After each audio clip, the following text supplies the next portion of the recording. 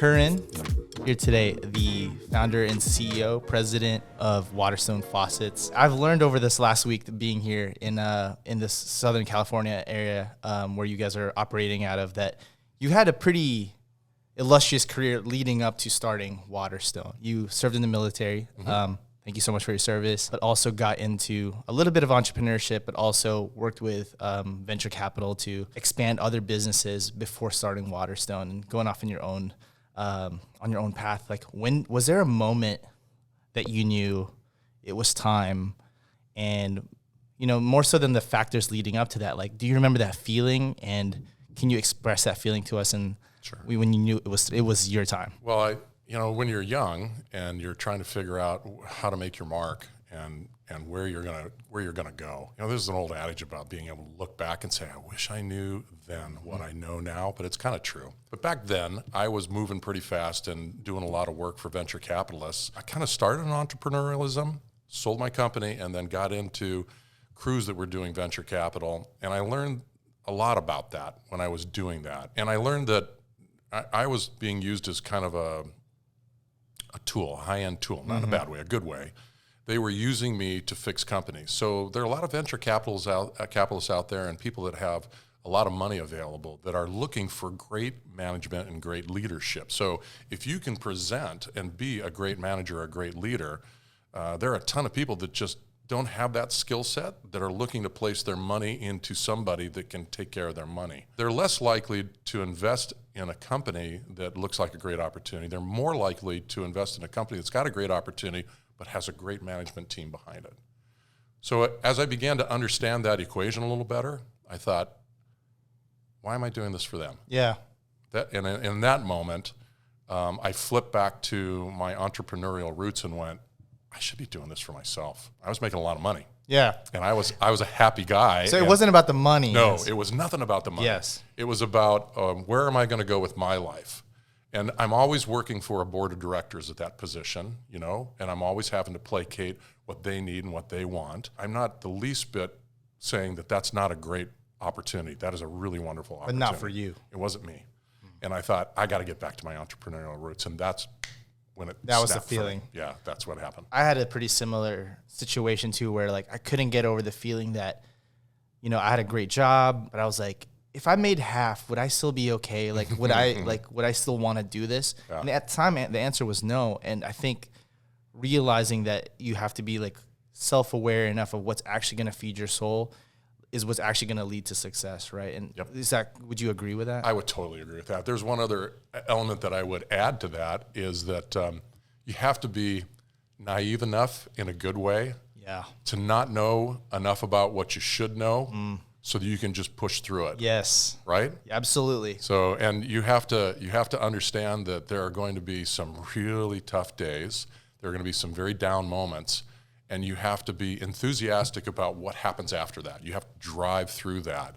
And you never give up. You never, never, never give up. There's always some way to get through that next element that's going to be a challenge for you. And you drive and you push and you do whatever you have to do. I don't mean in an illegal or an immoral way, but you push your business, you push your limits, and you ask for help. You have to ask for help. You have to have somebody come in and say, hey, I've done that before. Have you tried this? And you have to be open to that. That's so awesome. Arrows is a digital media company, but in a lot of ways, we treat ourselves like a creative agency also. Like, the marketing stuff is fun, but we love the creation aspect, and that's why I started this business. I loved design work. I love the videography side. So, creating a team where there's other creatives in mind, I'm able to share my knowledge, but also give them space to grow. But what I do know about also being a business owner is that sometimes the creative and the business side kind of clash. And I've learned that you actually draw all the designs yourself. I do, yeah. Right? So I've heard of the story about... I'm a frustrated creator. You are like... So what I didn't realize when I came into this office, I was like, look at this this like beautiful factory. Like a guy drawing on a napkin built this. And that made me so laugh because like people think of businessmen as this, like hyper logical, like cold, kind of people, but it sounds to me that there's this like starving artist like energy in you too, a little bit. I've always been, I've heard an interesting statistic the other day. I heard that 40% of the world's billionaires, of which I'm not one, are engineers. And I thought, that's interesting. Engineers. And these are not that's not your atypical businessman as you're defining it. That's not that guy. And I thought, that's me. I'm an engineer. I'm one of those guys that I love to create things. I love to draw. I love art. I love all of that. But I wanted to channel that into something that would be rewarding, that I could grow. Yeah. It could have been anything. I always think about it would have been better for me to be a boat builder, because I love ships, I love boats. Okay. I would have liked to have built. I know, it sounds weird. Yeah. But there's not that much of a difference between building faucets and building boats. They're completely different targets. Yeah. But the concept of how you do it and the people that you have to attract and the leadership elements and what you get out of that as an individual, they're all very similar. That's awesome. Yeah, you just have to kind of play your passion. I wasn't in tune to it well enough to understand that was an option for me. I didn't think about it when I was younger. So, but obviously the other side of building an operation like this is that business guy side, right? Like, so how do you find yourself managing those two personas, like staying with the creative side, but then, in the traditional sense, because obviously there's a lot of creativity in the problem solving in business, right? Yeah. But how do you find yourself managing those two personas in your side? It's a managerial transition.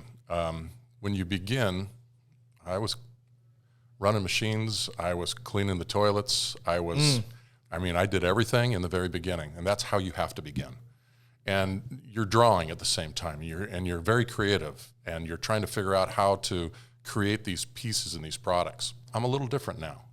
We've transitioned. So what I want to do is hold on to the ideology. I want to be able to still continue to sketch, to draw. But instead of now being overly concerned about all the intrinsic issues that you have to use to get yourself to a product, I have a team of people, and I have to allow them the liberty and the freedom to do what they do best, because they do it better than I do. Let their DNA get into it. Absolutely. Yeah. And for someone who, like me, I'm an A-type personality. I want to control everything. Oh, got you. I have to almost tranquilize that in my body to say, yeah, all right, I feel that. You're not going to do that anymore. I feel that. Right? I feel that. Because you want to step in and go, wait. Oh, no, that's not how I do. Right. But you have to kind of like be actively thinking, all right, if I do that, I might get my way now, but I'm not building the muscle in them to make that decision in the future. Exactly, Josh. That's how I look at it too. And that's probably one of the hardest. I think that's what limits a lot of entrepreneurs, is they come up with a great idea and a great concept, and there's never a want for a lot of great things. There's a lot of great product out there. And then they drive themselves to create a business, and then they don't have the discipline to be able to let go of some of that. Yeah. And then you have to figure out, okay, my role just changed. So my role now is more about great people. My role is hiring wonderful people. My role is to say, I always describe to new people when they're coming on board, particularly senior engineers and senior managers, look, my job is to kind of stay out of your way and to bulldoze a problem, because I'm the fixer. That's my role now. So if you run into an issue where everybody's going, I don't know, I don't know how to fix this. How do I do this? That's the one that you bring to me, and we sit down and we talk about. You play like free safety. Exactly. And it's not a role that I'm used to. I have to back up, and I have to look for those events, because now my role is a support role. Now, isn't that so weird? It's weird. I was talking to my mom about that earlier this week, where she said it's interesting that the farther up the food chain you actually go, you actually have to be more and more of a servant. Yeah. Like when people think it's like you're the one dictating, but really it's like you have to be in a position to let them bloom. It's all servant-based leadership. Yes. I love that book. Love all about that. That aligns directly with faith for me. It's the same thing in faith. So that alignment is very easy for me, because my life is about faith. And if I can align myself to be a servant leader, which I've been able to do, then and I can let go a little bit, And then I'm watching the fruits of that. That's happening right now. The business is growing at an accelerated level because I'm letting go and I'm giving people the opportunity to do what they're really great at doing. That's so sick. It's so funny. Like listeners, Chris has not seen my program notes, but it's a great transition to my next question. So that me and the team, Trey and Marina here, we've spent the week here in Murrieta with the Waterstone team, and it's been incredible.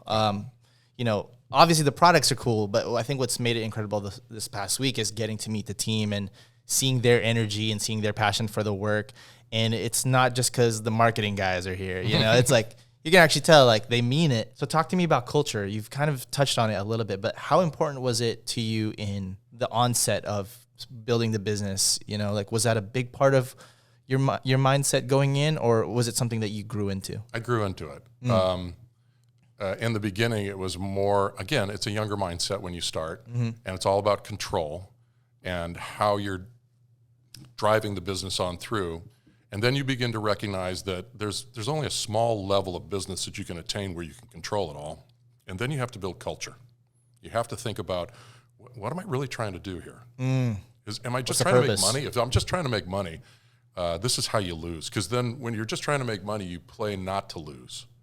When you're trying to do something bigger than that, to create a culture, to create a company organization that lives beyond you, if you're trying to create that, then you're not playing to lose, you're playing to win. It's different. Never heard it that way. It's almost like you're going if you're just thinking about money, your brain actually goes into defense because you're thinking about, like, how do I not lose money? Absolutely.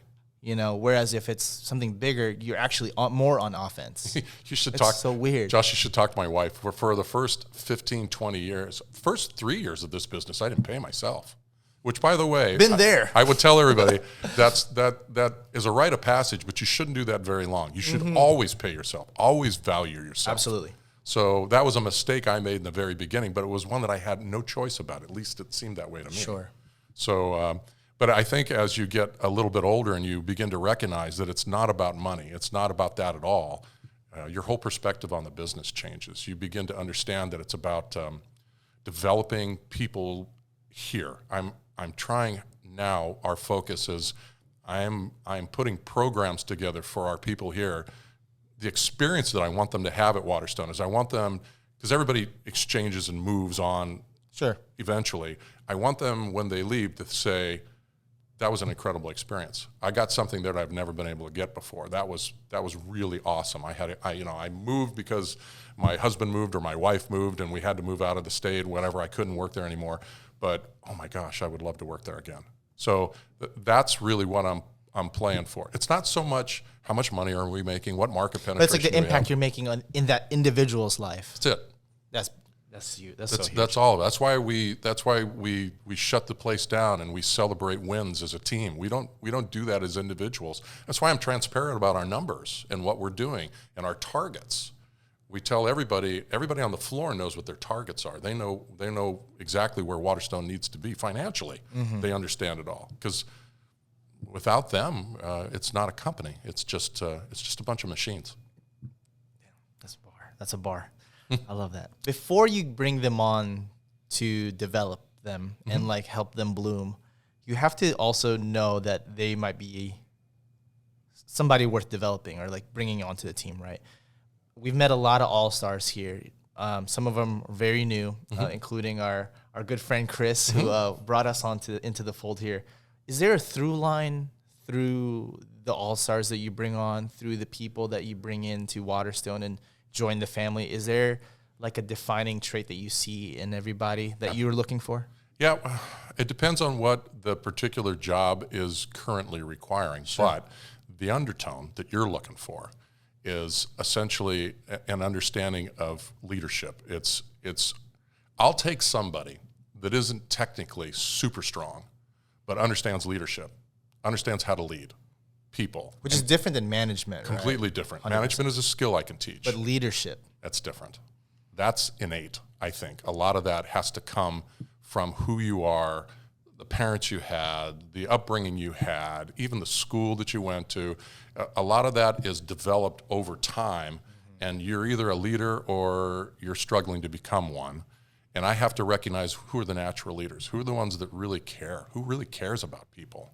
And if you can invest in your team, they'll sense that about you and they'll follow you. I learned that in the Marine Corps a long time ago. The Marine Corps and military service is not about motivating, about money, because I can't say, hey, Josh, if you hit the target over there, I'm going to give you another $100.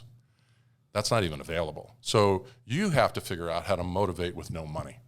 Now, if you can do that successfully in the military, which is why I think so many businesses are run by military managers, if you can do that successfully, then you understand how to motivate somebody without money. That's a valuable tool.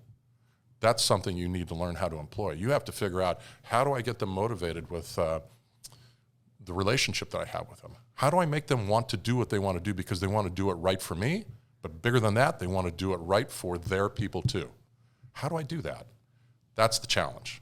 And you got to find people that understand that equation and want to work to that equation. That's how we hire now for senior management. We go through a complete process that does a complete analysis of their personality to just see, are they naturally inclined that way? We use a lot of different techniques to figure that out, and then we interview in that direction.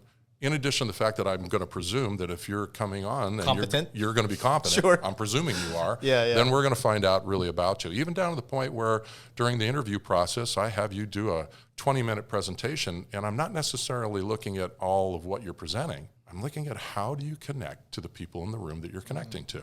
And then we take you out to dinner, and we see, how do you connect to the waiters and the waitresses, and are you nice? Or, you know, when I walk away from the table and I'm watching you, what are you doing? You know, I'm looking to see, how do you treat people? Yes. Do you treat people well? Because if you don't treat people well, you don't have a place here. You're not the right guy. You're not the right gal. Yeah, because I mean, people always think it's like business is just so, you know, like I said earlier, like so cut and dry, but it is still about how you're interfacing with the other person, because it's all teamwork. If we want to scale this out as big as we want to, right? It's all still people. Well, to start wrapping up this pod, this has been so good so far. Selfishly, I wanted to do this pod to like learn a little bit. So I, as a business owner myself, I'm trying to always like put more tools in my tool belt. So Absolutely. I appreciated the time. What makes you feel inspired to be your best self? Everything changed for me when I had children. I know that's a bit of a holdback. Not everybody can have kids. Children changed the game, changed it for me. It became less of a single game, and I was married, but you know, the two of us were both working and trying to improve ourselves and trying to figure out what part of life that we're going to really work hard in. But when children came, my focus changed, and my focus changed towards my kids. And I think that changed the seriousness of what I was doing. It began to focus me on, okay, Raise the stakes. yeah, completely, right? What am I doing? Now I'm responsible for 4 little humans. How are they going to look at me in 30 years? Are they going to look at me as a good dad? Are they going to look at me as a good human? Am I a good leader? Am I a good faith-based father? What am I? And you begin to think about that, and it changes your outlook as to what motivates you and what you want out of life. And I think I focus on my children and I focus on my friends. I mean, that's really the focus. And that's the military focus too, by the way. Everybody talks about doing things for patriotism, but I think if you were to talk to real Marines, the ones that I was with and involved with, you do it for the guy that's next to you. You do it for your friend. I mean, you're there to support them. So for me, family. That's awesome. That's super awesome. Obviously, Waterstone is crushing it. We're doing well. Yeah, we're doing okay. Doing all right. God's blessed us. Yep. Especially in like hustle culture and modern entrepreneurial culture right now. It's always about like showing off successes. You know, it's like, but as you know, it's the trajectory going up. It looks more like a roller coaster. It does indeed. Do you have a favorite failure? Oh, well, I've had quite a few. When I make failures, I do big ones. Okay. Go big or go home. I take the Elon Musk approach to failures. I have to salute Elon. He's honest about it. Sure. Yeah. I make big mistakes. I've made some really big mistakes. I've made a couple of design mistakes. I went one direction with a set of designs, and we got out in the marketplace, and it was a square faucet. And it really wasn't, I didn't like the design. I didn't like doing it. I didn't like the concept, but my entire sales team was like, we got to have one. So we executed one. We spent a lot of money doing that. We got it out there, and it just died on the vine. It just wasn't a well-accepted design. And after about a year, I went, okay, pull it. We're out. I'm done. And that's an expensive pull. Oh my gosh. Because the techniques to manufacture, we bought all sorts of things. I took my eye off the ball for where I wanted to go to execute this set of designs. We had a full suite, and it just didn't hit the mark. What was the biggest lesson from it? The biggest lesson for me was to follow your heart and not do the practical thing that the marketing and sales team are telling you to do.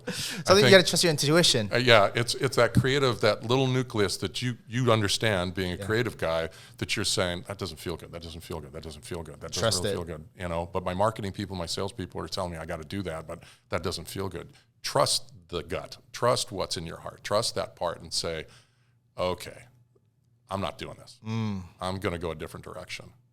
I love that. So you have to learn how to trust yourself sometimes, and that one I didn't trust myself on, and I paid for it. So I freaking love that. Yeah, Waterstone's got a huge next chapter coming up. Very exciting. Which you guys are a big part of too, brother. I'm really stoked for it. Really stoked for it. What's kind of your message to the designers, everybody that's going to be part of that next chapter? What do you want them to know if they get to hear this? Well, I think we're still in the get to know you phase. The really fun part for me is that we're touring a lot of designers. We're touring on Wednesdays and Thursdays. We try to open up the house here to show people how faucets manufacture and what the difference is between us and other faucet manufacturers out there. And it's always interesting to me that we've been out there for 24 years, and yet we bring in hundreds and hundreds of designers, and the great majority of them don't even know who we are. They're learning who we are for the first time when they're walking through the facility. And the reaction is always overwhelming. They're like, oh my gosh, I had no idea. I had no idea that you were here. I had no idea who you were. And I think we've done a good job of kind of getting out there. And then I think, we're just scratching the surface. There's a ton to get out there. So I'm always thrilled with the designers that are here learning about us for the first time, that understand what we're trying to do, because we're all about them. We're all about the design community. We're all about trying to get them the best product and fun things to work with. And we love the designers and the architects. That's who we're playing to. Gotcha. That's awesome. I love this last question. If you, I don't know where I stole it from. I definitely stole it from somewhere else, but imagine Chris, not necessarily Waterstone, but Chris Kuran has access to the biggest billboard in the world. Like, millions of people see it every day. Millions and millions and millions of people see it every day. You have a chance to put any message up there. What would you want that message to be? Oh, that's a tough question. What would I give to everybody out there? I don't know. I think I'd probably go simple. I'd have to say believe it, because a lot of people don't believe in themselves. They've been told from day one, this is the job you're going to be in. This is the life you're going to have. You can't do any more. I'd say believe it, believe in yourself, and go after it. You get one life. You get one round. And don't hold back. Everybody's so fearful about what happens if I fail. Don't fear the failure. Get out there, stumble, pick yourself up, do it over again. Don't give up on yourself. Just believe it. I want to run through the wall right now, CK. Thank you so much. That was welcome. Such a great message. It was just fun, Josh. Thanks. Absolutely. Thank you so much. And everybody listening, thanks for the time. Hope you guys enjoyed it. And see you guys on the next episode.